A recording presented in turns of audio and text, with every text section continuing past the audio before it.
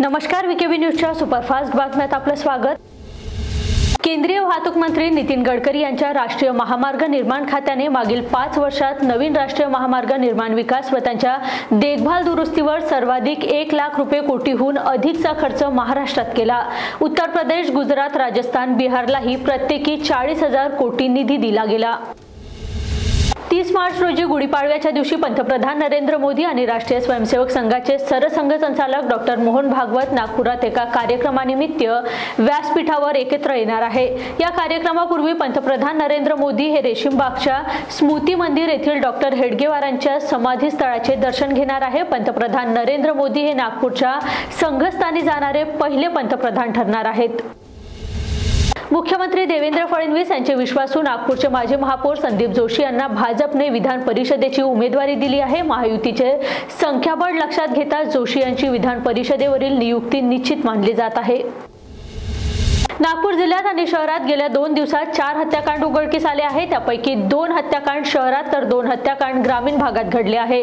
रविवारी पहाटेच्या सुमारास अंबाझरी पोलीस ठाण्याच्या हद्दीत पांढराबोडी भागात गँगवार भडकले। यामध्ये कुख्यात प्रशांत इंगोले राहणार पांढराबोडी याने मित्र दीपक गोविंद बसवंत वय 34 वर्ष राहणार पांढराबोडी याचा चाकूने भोसकून खून केला। विवाहित महिलेसोबत सूज जुळल्यानंतर प्रियकराने तिला लग्नाचे आमिष दाखवले। त्यासाठी तिला पतीकडून घटस्फोट घेण्यास भाग पाडले। त्या महिलेशी वारंवार शारीरिक संबंध प्रस्थापित केले।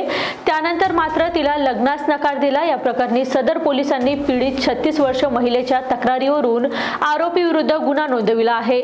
त्याला अटक करण्यात आली। आलोक राजेंद्र सिंग 39 वर्ष राहणार मानकापूर असे अटकेतील आरोपीचे नाव आहे। बुद्धगया येथील महाबोधी महाविहाराचे व्यवस्थापन बौद्धांच्या हाती द्या या मागणीसाठी महाबोधी महाविहार मुक्तीचे प्रणेते व धम्मसेना नायक भदंत आर्य नागार्जुन सुरेई ससाई यांच्या नेतृत्वात रविवारी 16 मार्च रोजी सकाळी भीम चौक ते झरीपटका येथून शांती मार्च काढण्यात आला।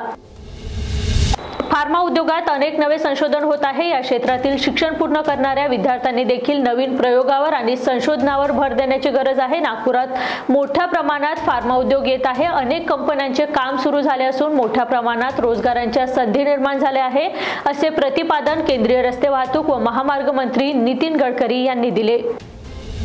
लोकसभागृहातून जलसमृद्धी ही संकल्पना घेऊन दरवर्षी 16 ते 22 मार्च या कालावधीत जलजागृती सप्ताह साजरा करण्यात येत असतो। जलजागृती सप्ताहाचे हे 10वे वर्ष असून यावर्षी 16 ते 22 मार्च 2025 दरम्यान जलजागृती सप्ताह घेतला जाणार आहे। जलसंपदा विभाग, विदर्भ पाटबंधारे विकास महामंडळ व भारतीय जलसंसाधन संस्था, माहिती विभाग, शिक्षण विभाग व ज्ञानदीप नागपूर यांचे संयुक्त विद्यमानाने आयोजित जलजागृती सप्ताहामध्ये रविवारी 16 मार्चला जलपूजन, जलशपथ घेत जलजागृती सप्ताहाची सुरुवात झाली। पाणी टंचाई आणि अतिवृष्टीमुळे निर्माण होणाऱ्या संकटाचा सामना करण्याची वेळ येऊ नये या दृष्टीने जलसंधारणाची कामे करणे आवश्यक असून जिल्ह्यातील किमान 1,500 जलस्रोताचे पुनर्जीवन करण्याचे निर्देश पालकमंत्री चंद्रशेखर बावनकुळे यांनी दिले आहे। तुर्तास इथेच थांबूया। बघत राहा वीकेबी न्यूज। नमस्कार।